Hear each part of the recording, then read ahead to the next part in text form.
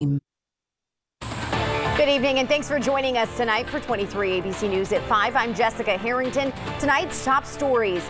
Officials around the world are on high alert as more and more cases of coronavirus are being reported. We'll have details on what local officials are saying about the disease. And the Bakersfield Police Department is looking for a man accused of an assault on a bike path. Details on the suspect in this incident. 23 ABC News at 5 starts right now. Live from downtown Bakersfield, 23 ABC News at 5 starts now. Good evening. A well-known bike path in southwest Bakersfield is where police say a woman was assaulted while on a morning run. Police say she was able to ward him off by spraying him with pepper spray and fighting back. As we know, this is a popular area here in Bakersfield. 23 ABC's Imani Stevens joins us live from southwest Bakersfield with more on what officials are saying about the incident. Imani?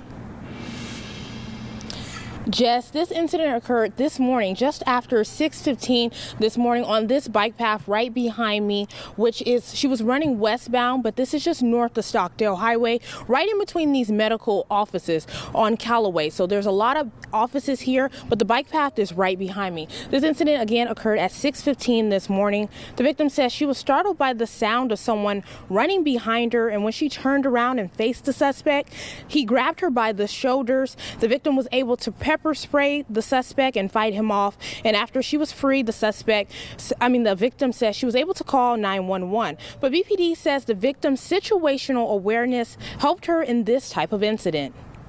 A good lesson for a lot of people. If you're coming, doesn't need to be out on a long, extended, prolonged period. If this is you going from the store, grocery store, coming out of work, if it's low lighting, dark, anything else there, these are the kinds of things where you need to survey that parking lot, take a look what's going on.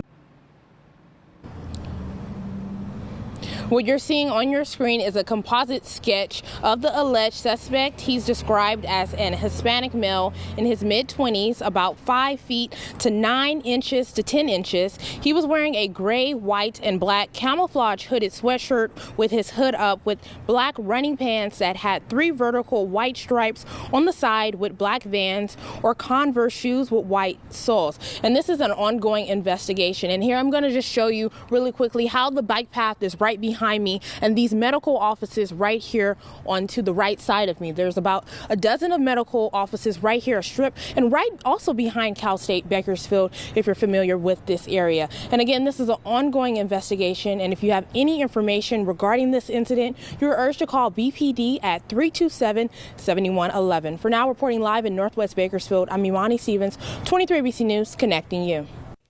All right, Imani, thanks. The FBI in Sacramento says it is offering a reward of up to $20,000 for information leading directly to the arrest of a man who allegedly killed 2 people in Bakersfield in 2004. The FBI says they are looking for this man. He's 49-year-old Gustavo Uvaldo Loaiza. The picture you see is from 2012. Authorities say he fled prosecution for killing 2 people in Bakersfield back in 2004. Loaiza shot and killed his estranged wife and a man in September of 2004, according to authorities.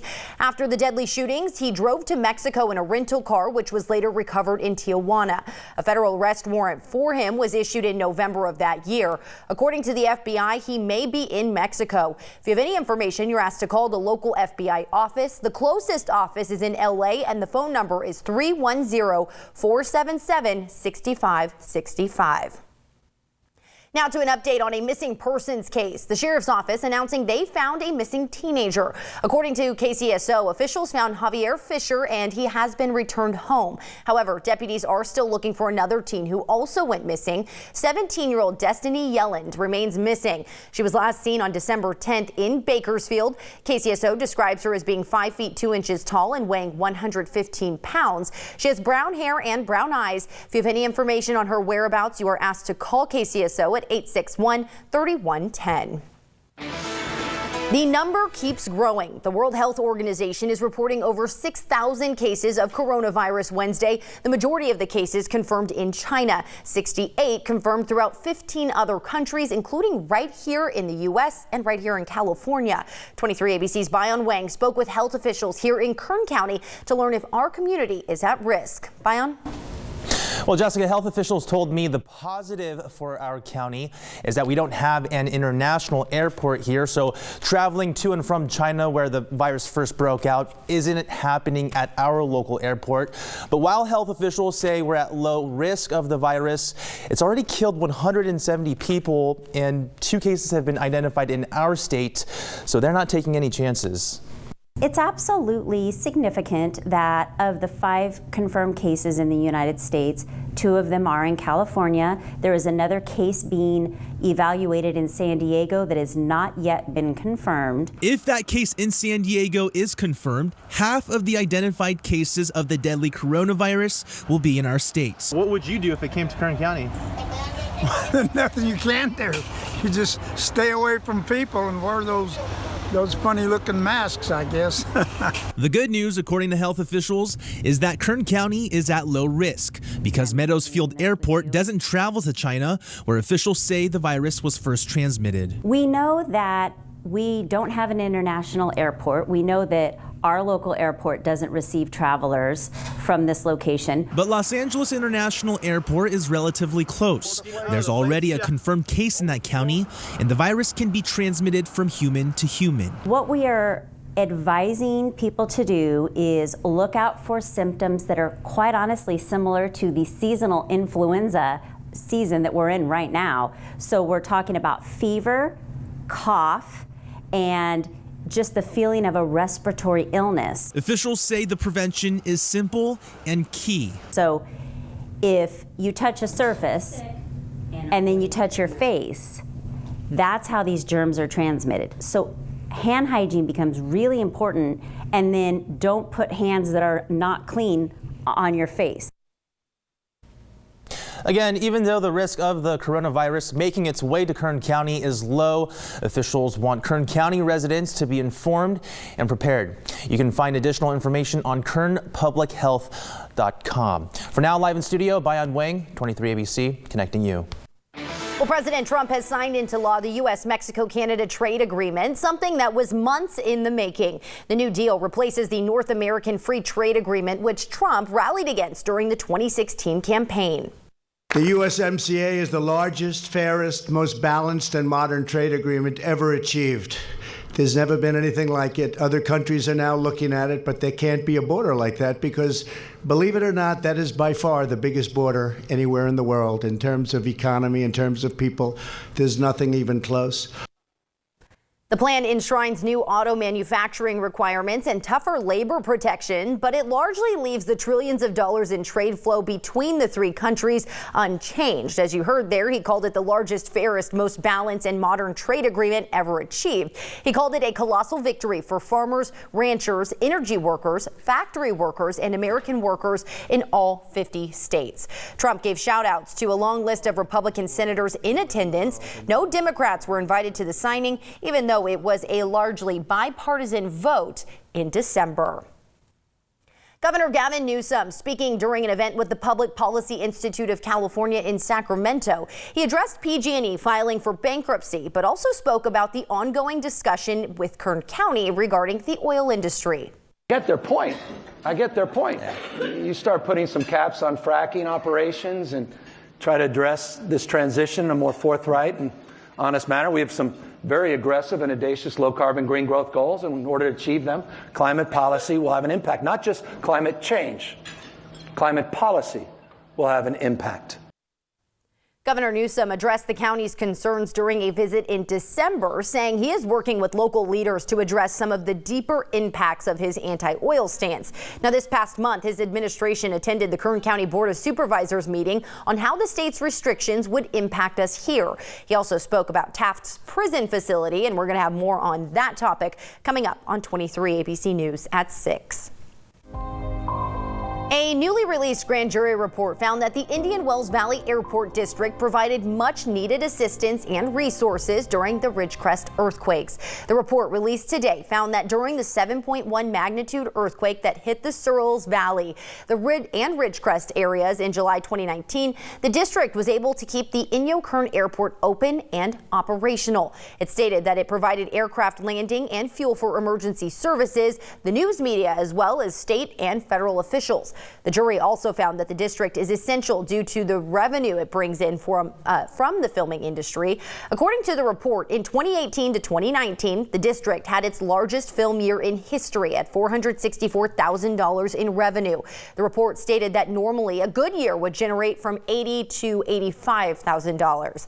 The jury recommends that the district hold regular monthly meetings.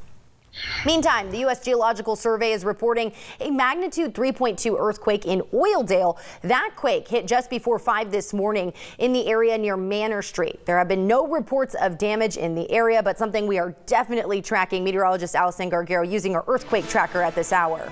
Yeah, that's right, Jess. We saw that 3.2 magnitude earthquake a little bit earlier today, but as you can see, that is the only earthquake that we are tracking right now across the region. But if we do see any more, we will make sure to keep you updated on our website, turnto23.com. But a cold front did sweep through the region yesterday, so that's what brought those passing clouds for us today. But what we are continuing to track are those strong winds, mainly in our desert cities, looking at 23-mile-per-hour winds in Mojave right now.